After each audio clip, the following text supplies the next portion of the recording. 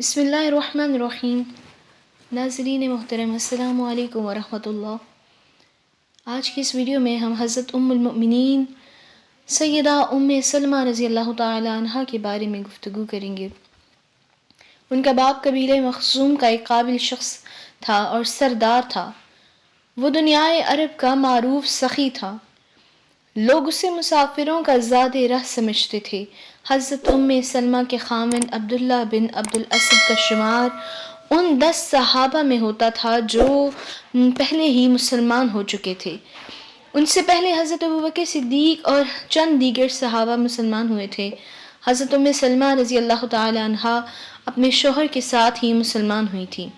حضرت ام سلمہ اور ان کے شوہر کے اسلام قبول کرنے کی خبر جنگل میں آگ کی طرح پھیل گئی۔ قریش غصے میں آ گئے اور ان کو ایسی دردناک سزائیں دینے لگے جس سے مضبوط چٹانیں بھی لرز جائیں، لیکن ان کے پائے استقلال میں کوئی لغزش نہ آئی، نہ ان کی طبیعت میں کوئی اضمحلال پیدا ہوا۔ جب صحابہ مصائب کی چکی میں پس رہے تھے تو نبی کریم صلی اللہ علیہ وآلہ وسلم نے حبشہ کی طرف ہجرت کا حکم دیا۔ ان میں یہ دونوں میاں بیوی بھی شامل تھے۔ حضرت حمزہ رضی اللہ تعالی عنہ اور حضرت عمر بن خطاب رضی اللہ تعالی عنہ کے قبول اسلام سے اسلام کو بہت تقویت حاصل ہوئی۔ حبشہ میں ہجرت کر کے آنے والے مسلمانوں تک یہ خبر پہنچی کہ مکہ میں مسلمانوں کی تعداد میں کثرت ہو گئی ہے۔ تو بعض مسلمانوں نے مکہ آنے کا سوچا، مگر جب واپس آئے تو اس بات کا احساس ہوا کہ انہوں نے واپس آنے میں جلد بازی کی ہے۔ ان واپس آنے والوں میں حضرت ام سلمہ اور ان کے شوہر بھی تھے۔ مشرکین نے مکہ میں آباد مسلمانوں پر ظلم و تشدد کے پہاڑ گرانا شروع کر دیے، ایسے ظلم جس کی مثال تاریخ عالم میں نہیں ملتی۔ حضور نبی کریم صلی اللہ علیہ وآلہ وسلم نے اپنے جانثار صحابہ کو مدینہ طیبہ ہجرت کا حکم ارشاد فرمایا۔ مہاجرین کے پہلے قافلے میں حضرت ام سلمہ اور ان کے شوہر بھی تھے، لیکن اس دفعہ ہجرت کرنا آسان نہیں تھا، بہت مشکلات کا سامنا کرنا پڑا۔ آئیے ہم یہاں مشکلات کی کہانی حضرت ام سلمہ کی زبانی آپ کو سناتے ہیں۔ حضرت ام سلمہ فرماتی ہیں کہ جب حضرت ابو سلمہ نے مدینہ میں ہجرت کے کر جانے کا عزم کر لیا تو انہوں نے مجھے ایک اونٹ پر سوار کیا۔ میرا ننھا بیٹا سلمہ میری گود میں تھا۔ انہوں نے اونٹ کی نکیل پکڑ کر سیدھا چلنا شروع کر دیا۔ ابھی ہم مکہ کی سرزمین سے نکلنے نہ پائے تھے کہ میری قوم بنو مخزوم کے چند افراد نے ہمیں دیکھ لیا اور انہوں نے ہمارا راستہ روک لیا۔ انہوں نے کہا کہ تم نے اپنی مرضی کو ترجیح دی ہے تو ہماری بیٹی کو ساتھ نہیں لے جا سکتے ہو۔ پھر انہوں نے آگے بڑھ کر مجھے ہاتھ سے چھین لیا۔ میرے شوہر کی قوم بنو اسد نے یہ منظر دیکھ کر میرے بیٹے کو چھین لیا۔ ہمارا شیرازہ بکھر گیا۔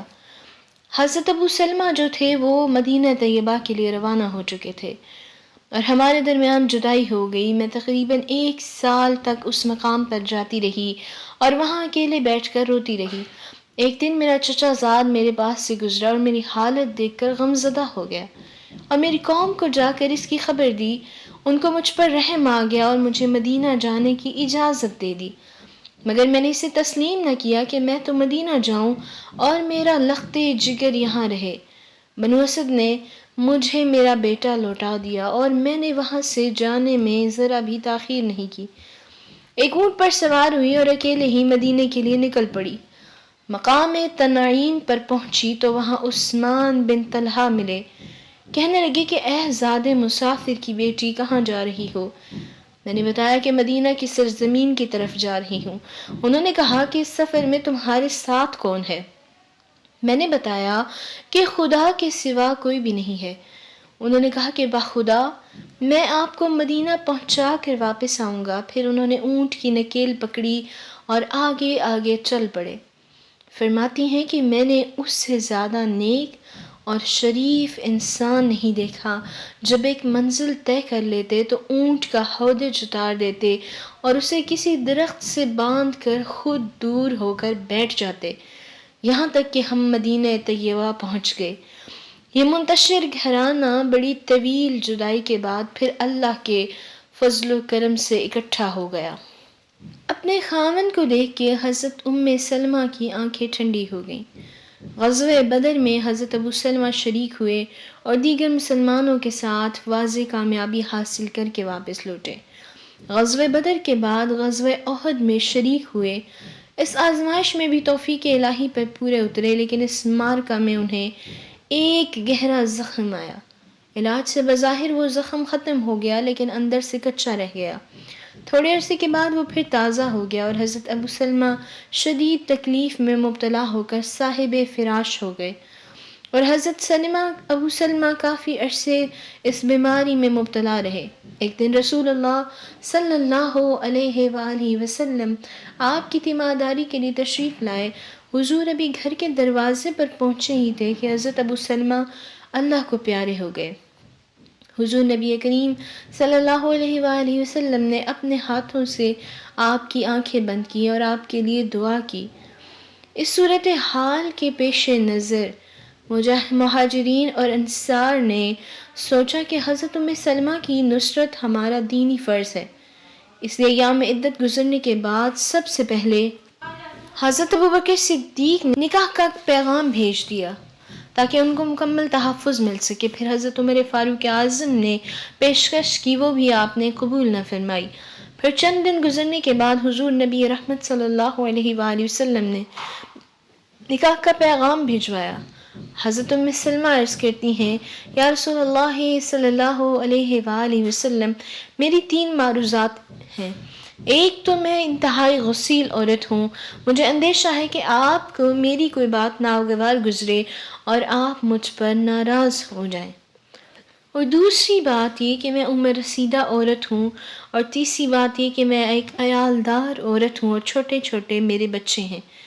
یہ سن کر حضور نبی رحمت صلی اللہ علیہ وآلہ وسلم نے فرمایا کہ جہاں تک تیرے غسیل ہونے کا تعلق ہے، میں اللہ سے دعا کروں گا کہ انشاءاللہ یہ عادت کافور ہو جائے گی۔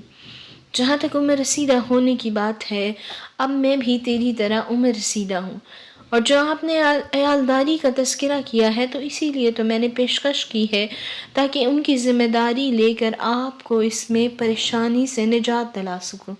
اس طرح اللہ رب العزت نے حضرت ام سلمہ کی دعا کو شرف قبولیت بخشا اور انہیں حضرت ابو سلمہ کا نعم البدل عطا فرمایا۔